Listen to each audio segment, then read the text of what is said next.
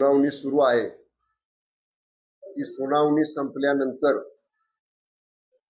उबाटाचे अरविंद सावंत यांनी माध्यमांच्या समोर येऊन त्यांच्या जेव्हा लक्षात आलेलं दिसतंय आता 5-6 दिवस सुनावणी झाल्यानंतर की आता धनुष्यबाण चिन्ह आपल्याला बहुतेक मिळणार नाही, तेव्हा आश्चर्यजनक विधान त्यांनी आज या ठिकाणी उबाटाकडनं केलं की धनुष्यबाण चिन्ह गोठवण्यात यावं.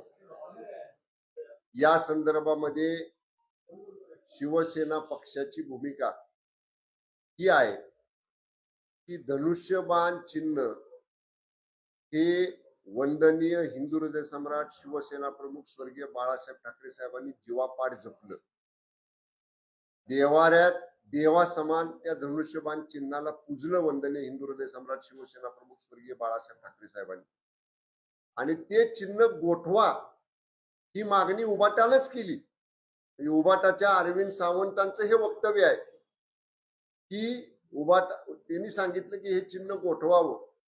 म्हणजे एकतर 2019ला महाविकास आघाडी करताना तुम्ही शिवसेना आणि हिंदू हृदय सम्राट शिवसेना प्रमुख वंदनीय बाळासाहेब ठाकरे साहेबांचे विचार गोठवायचा पहिला प्रयत्न 2019ला महाविकास आघाडी करताना केला. एवढ्यावरच तुमचं समाधान नाही झालं तर आता शेवटी न्यायालयीन प्रक्रिया आहे, सर्वोच्च न्यायालय आहे. घटनेनं न्याय व्यवस्थेवरती विश्वास आपण ठेवला पाहिजे. त्या न्याय व्यवस्थेवर विश्वास ठेवायच्या ऐवजी न्यायालयातली 5-6 दिवसाची सुनावणी आता सुरू आहे आणि तेव्हा मधीच सुनावणी संपल्यानंतर माध्यमांकडे येऊन अरविंद सावंत म्हणतात की हे चिन्ह गोठवावं. म्हणजे आता त्यांची पूर्ण खात्री झालेली दिसते उबाटाची की आपल्याला धनुष्यबाण चिन्ह मिळत नाही. त्यांची बाजू आता मी त्या बाबतीत काय बोलणार नाही कारण अजून सुनावणी सुरू आहे. न्यायालयीन प्रक्रिया सुरू असताना त्याच्यावरती भाष्य करणं योग्य नाही. शेवटी त्यांच्या वकिलांनी जसं माननीय सर्वोच्च न्यायालयापुढे त्यांची बाजू मांडली.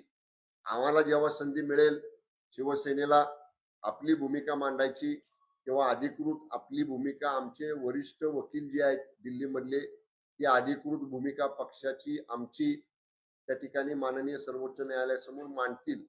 पण आता जी उबाटाच्याकडनं वक्तव्य आलेलं आहे त्या वक्तव्यामुळं आता सर्व शिवसैनिकांच्या मध्ये चीड निर्माण झालेली आहे की मला मिळत नाही तर मग ते गुटवून टाका.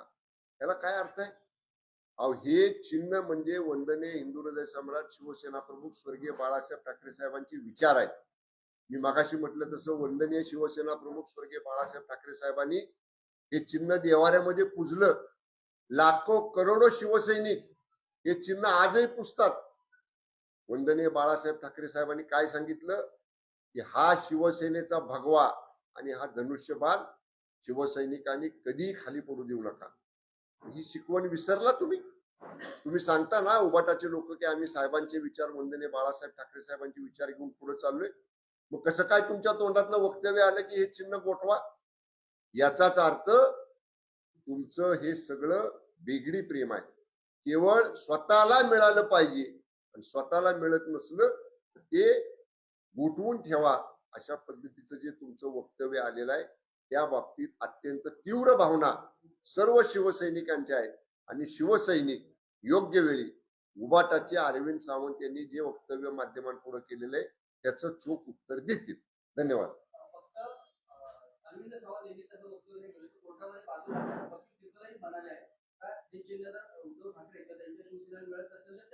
मला सांगा साहेब, एखादी भूमिका न्यायालयापुढे जेव्हा मान्य वकील मांडतात ज्यांच्या वतीनं मांडतात त्यांना विचारल्याशिवाय मांडतात का? आपली एखादी केस आपण कोर्टापुढे जेव्हा मांडतो आपल्याला त्या प्रोसिजर प्रमाणे त्या भाषेमध्ये त्या न्यायालयीन प्रक्रियेमध्ये मांडता येत नाही म्हणून आपण आपले वकील नेमतो. म्हणजे कपिल सिब्बल साहेबांनी जर हे कोर्टापुढे मांडलं असेल तर उबाटाच्या वरिष्ठ नेत्यांना विचारूनच मांडला असेल ना.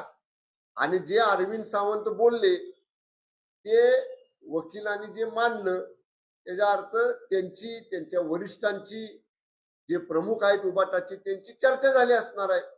म्हणूनच मी म्हणलं 2019ला महाविकास आघाडी करताना जसं वंदनीय हिंदू हृदय सम्राट शिवसेना प्रमुख स्वर्गीय बाळासाहेब ठाकरे साहेबांचे विचार तुम्ही गोठवले, त्यांचं हिंदुत्व तुम्ही बाजूला ठेवलं, तीच पुनरावृत्ती धनुष्यबाण चिन्हाबाबतीत तुमच्याकडनं आता सुरू आहे.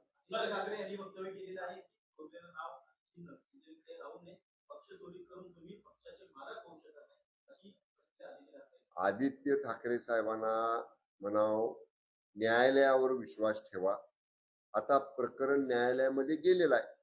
आतापर्यंत हा निर्णय होत असताना शिवसेना पक्षाचं नाव आणि शिवसेना पक्षाचं अधिकृत धनुष्यबाण हे चिन्ह हे द्यायचा अधिकार कुणाला आहे? घटनेनं, कायद्यानं, न्यायालयापूर्वी केंद्रीय निवडणूक आयोगाला आहे. बरोबर आहे. तुम्ही आणि आम्ही तो निर्णय घेऊ शकत नाही, सरकार घेऊ शकत नाही, तर निवडणूक आयोग घेऊ शकतो. या बाबतीतला युक्तिवाद केंद्रीय निवडणूक आयोगासमोर सुद्धा झालेला आहे. निवडणूक आयोगाने सगळ्या बाजू ऐकून घेतलेल्या आहेत. निवडणूक आयोगाच्या निर्णयावर आता तुम्ही सुप्रीम कोर्टात गेलाय ना, मग तुम्ही सुप्रीम कोर्टाच्या अंतिम आदेशाची वाट बघा ना. आधी मध्ये तुम्ही आता नेहमी बोलत आला माझे वडील चोरले, माझा पक्ष चोरला. आम्ही जर असं काही चोरलं असतं तर आम्ही 40 आमदारांवरनं 60 आमदार झालो नसतो. लोकांनी एवढं प्रचंड बहुमत स्थानिक स्वराज्य संस्थांच्या निवडणुकीमध्ये, नगरपालिकांमध्ये, महानगरपालिकांमध्ये, जिल्हा परिषद, पंचायत समित्यांमध्ये माननीय एकनाथजी शिंदे साहेबांच्या नेतृत्वाखालच्या शिवसेनेला दिलं नसतं. त्यामुळं तुम्ही कितीही अशी ओरड केली तरी सुद्धा लोकांनी, जनतेने लोकशाही मार्गानं मतदान करून आदरणीय शिंदे साहेबांच्या नेतृत्वाखालची शिवसेनाच ही वंदनीय हिंदू हृदय सम्राट शिवसेना प्रमुख स्वर्गीय बाळासाहेब ठाकरे साहेबांचे विचार घेऊन जाणारी खरी शिवसेना आहे हे मतदान करून महाराष्ट्रामध्ये साबित करून दाखवलेलं आहे.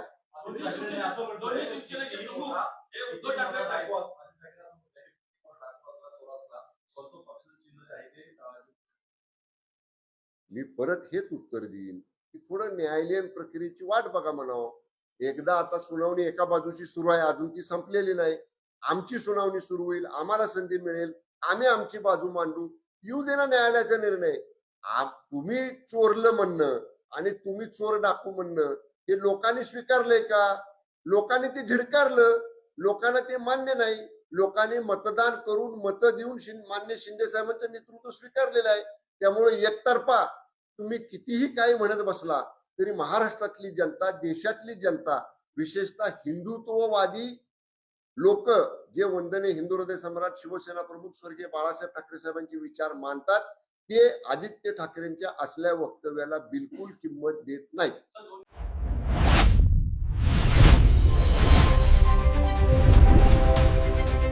महासागर न्यूज.